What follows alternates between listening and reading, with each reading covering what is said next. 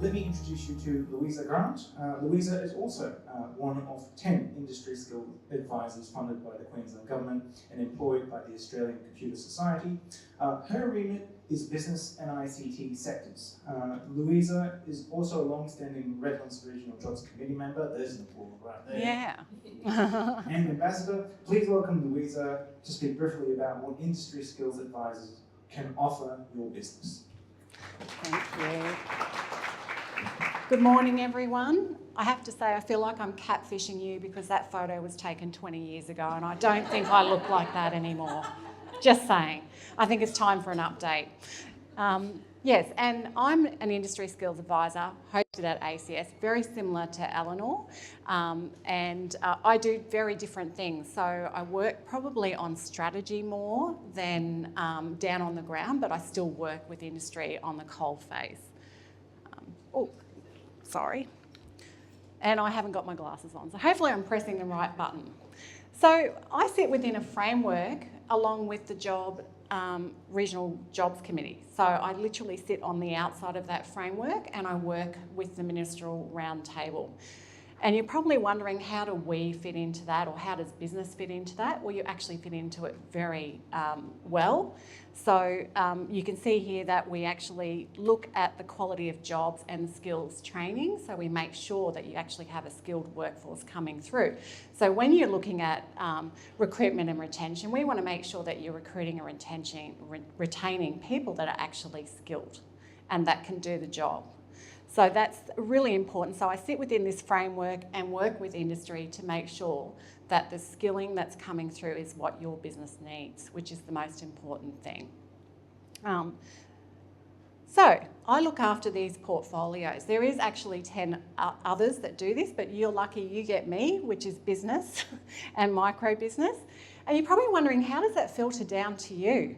Because, you know, this is all big strategy pieces, working with the Queensland Government, also working with the federal government, but how does that take into account what you need and what in your business today? So how I actually do that is I do all of these things across business. So every day I come out and communicate, which is what I'm doing right now.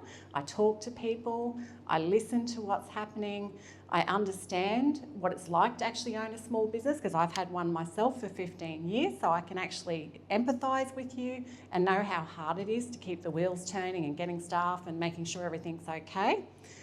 I also make sure that I engage, and I do that through various ways. I have industry reference groups that actually meet with me quarterly that represent all parts of business to tell me what's happening on the ground, to make sure that their voice is being heard with the government. Investment, I get involved in investment. I make sure money is going into the right places. So, and how do I do that? You tell me. You're the ones that tell me where you need it. So I'm able to then be your voice in the government and say, this is what business needs. They don't need this over here, they need this right now. I've also been called the maroon door, which is a very weird saying, but that's the Queensland Government. So apparently I'm the maroon door into the government, if that makes any sense. Very weird. I don't think I look like a door, but I think I dress like that today, but I'm not sure whether it's pink or maroon. I'm sure it's pink. So I'm your voice. I'm the one that goes in and bats for you and tells them exactly what you need for your workforce and how you want it to come through the government. I work on vet quality, so I make sure that any courses that are actually being delivered through TAFEs, RTO, private RTOs, are something that you are saying that you need. So there's no point in having qualifications that don't meet industry needs.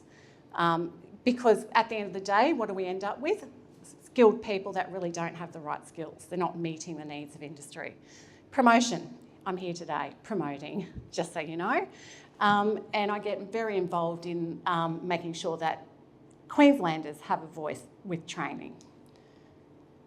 So you're probably wondering, how does this all filter down to you? Because, you know, I'm working on big strategy pieces like what Eleanor's doing. We feed into that information.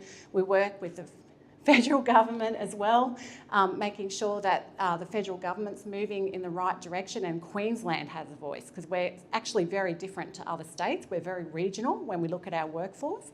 So things that I have done, and I'll get past this one, to help business. So 3 years ago, when I first started this role, the biggest thing that business identified with me was micro-credentials. We need short, sharp learning, just-in-time learning. We need to manoeuvre our workforce very quickly, and we also need cyber awareness because there seemed to be a very big lack of cybersecurity awareness.